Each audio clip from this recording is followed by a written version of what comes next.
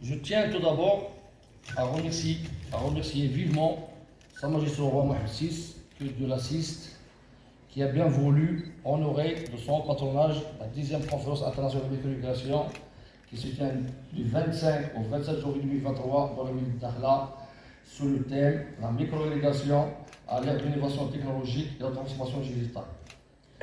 Organisé par l'ANAFID en partenariat avec le Comité international d'éducation et de drônage et le ministère de l'Agriculture et en collaboration avec le CCNE, le Conseil de la communauté marocaine, des Marocains à l'étranger.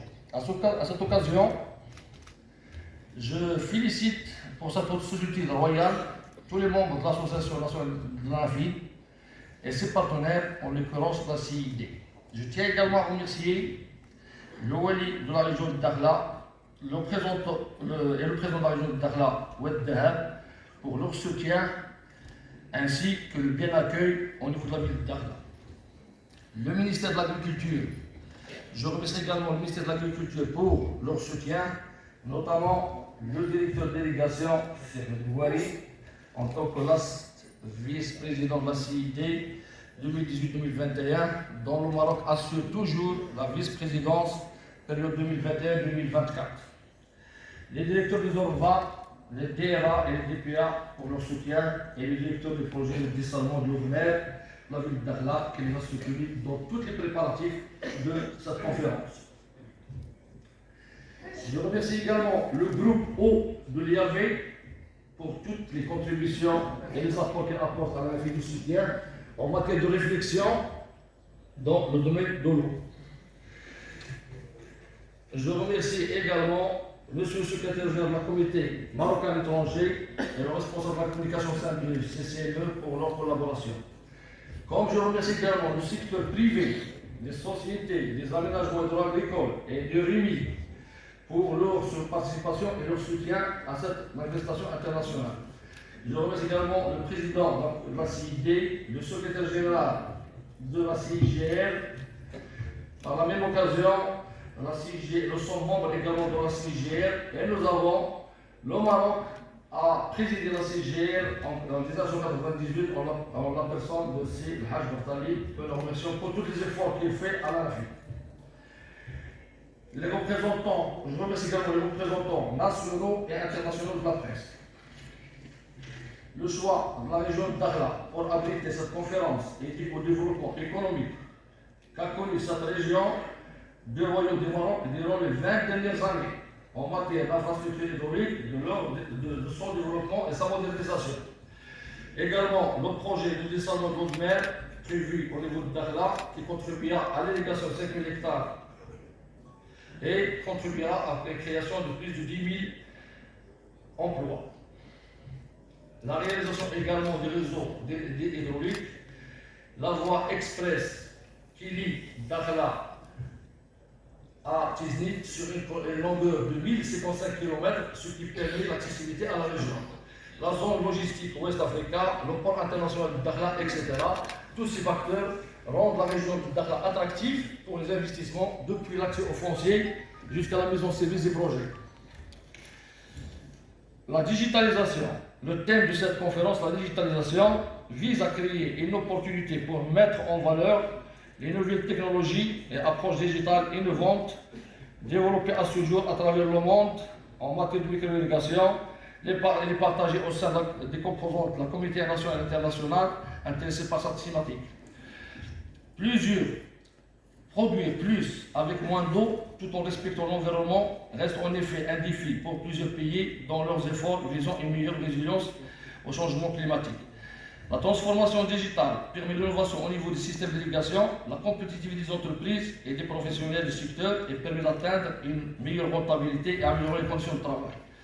À cet effet, et dans ce sens, l'ANAFID recommande à ce que les systèmes de qualification des entreprises doivent être unifiés, notamment au niveau du secteur H et secteur 2, concernant le ministère de l'Équipement et de l'Eau et le ministère de l'Agriculture. Il s'agit des galeries, des puits, les forages hydrogéologiques, les stations de pompage, les travaux spéciaux, la fabrication de postes de conduite, les ouvrages hydrauliques et barrages et équipements hydrauliques. La qualité des ouvrages, des aménagements hydrauliques et hydro-agricole est capitale dans la gestion des eaux d'irrigation. Cette qualité doit être maintenue à un niveau élevé. Les normes y afférentes à ce domaine se révisent et s'actualisent en permanence au fur et à mesure de l'avancement des nouvelles technologies ainsi que les systèmes de certification des produits des métiers d'irrigation au niveau national et international. Parmi les différents thèmes de cette conférence sont très importants. Parmi eux, on peut citer les malentendus et idées fausses dans la gestion de l'irrigation, qui sera animé par le Dr Ragab Ragab, et la préparation de l'agriculture pour la 4e révolution industrielle, ainsi que le thème Nexus eau, énergie, alimentation, animé par le Conseil de la communauté marocaine à l'étranger, en collaboration avec le Centre international de haute études agronomiques méditerranéennes. La rareté de l'eau, la rareté de la ressource est devenue un enjeu environnemental majeur dans les pays d'Afrique subsaharienne et l'Afrique du Nord. Cette pénurie est causée par les faibles précipitations, le réchauffement climatique. 1 degré Celsius d'augmentation de réchauffement climatique peut entraîner une réduction de 20% de la ressource en eau. La surexploitation des nappes. Les eaux de surface se sont raréfiées en raison des dérèglements climatiques, de la surutilisation, ce qui a poussé de nombreux pays à appuyer sur les eaux souterraines, dont les prélèvements ont été multipliés par 7 durant les 60 dernières années, selon un communiqué de l'UNESCO. Un autre facteur également qui joue sur la perte en eau,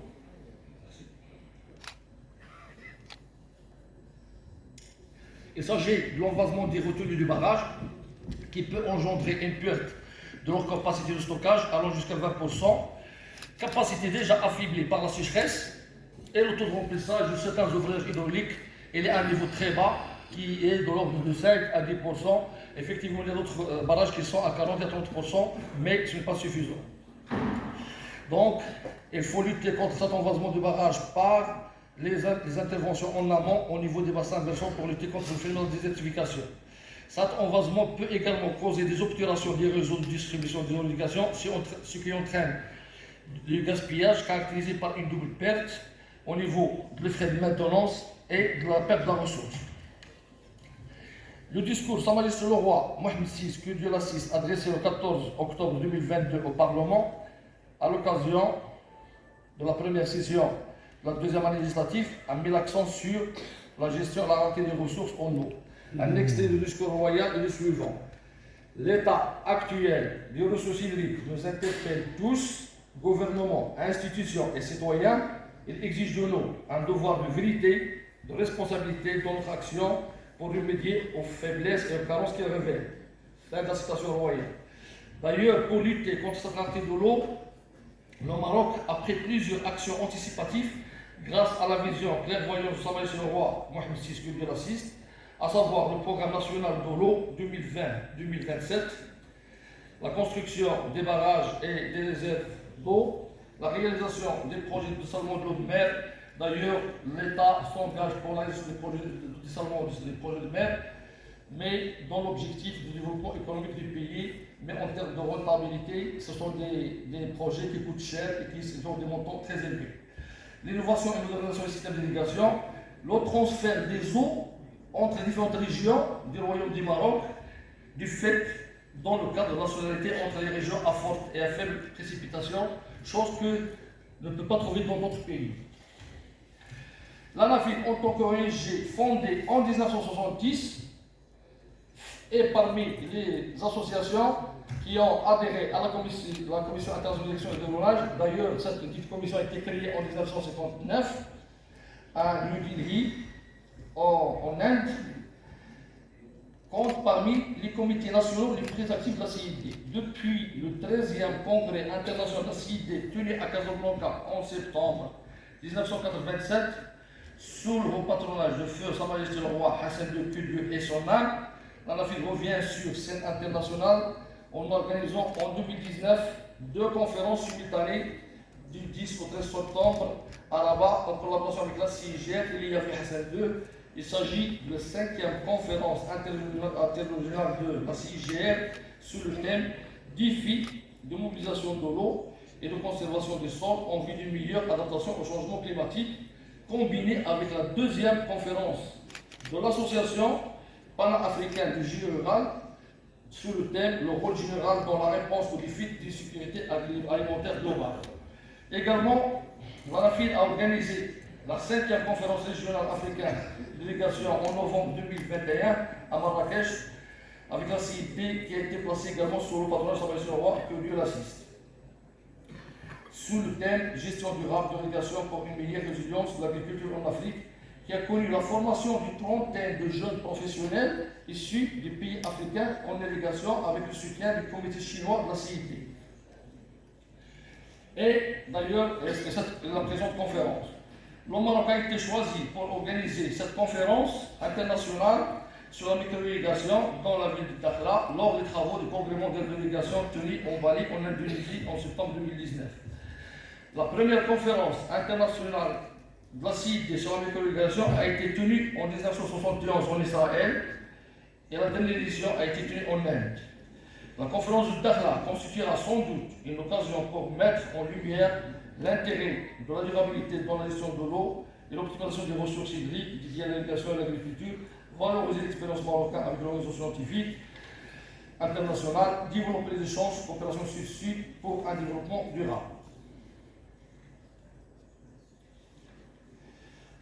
Parmi les activités futures liées à la problématique de l'eau, l'on peut citer la conférence de la décennie des Nations Unies sur l'eau qui aura lieu du 22 au 3 mars de cette année 2023 à New York, dont l'objectif est d'examiner d'une manière approfondie la mise en œuvre de la décennie internationale de l'action l'eau au service du plan durable 2018-2028. La décennie 2018-2028, c'est une résolution qui a été votée le 20 novembre 2018 au Conseil des Nations Unies qui prévoit la tenue d'une conférence à mi-parcours pour évaluer les objectifs de la décennie internationale. Il y a également le 25e Congrès international de délégation qui sera tenu à Visakhapatnam, plus grande ville de l'État d'Andhra Pradesh au sud de l'Inde, dont nous remercions le comité indien pour son activité au niveau de la CIP. Et également, avant de finir, il y a la 6e conférence régionale africaine d'irrigation et de drainage, qui aura lieu au Nigeria en 2025 en collaboration avec le comité nigérien et le comité marocain de la CIP, dont le Maroc assure la vice-présidence chargée de l'Afrique. Enfin, les différentes actions de lutte contre la sécheresse et la rareté de l'eau doivent se concrétiser sur terrain afin de quantifier les différents résultats en matière de disponibilité de la ressource en eau et doivent aboutir à un équilibre entre l'offre et la demande qui doit être rationnel et maîtrisé. Face au stress hydrique structurel que connaît notre pays, les différents efforts et compétences doivent être regroupés au sein d'une agence nationale de l'eau pour apporter le soutien nécessaire à cette problématique. En vous souhaitant plein succès à cette conférence internationale et bon séjour à la ville de Dakhla.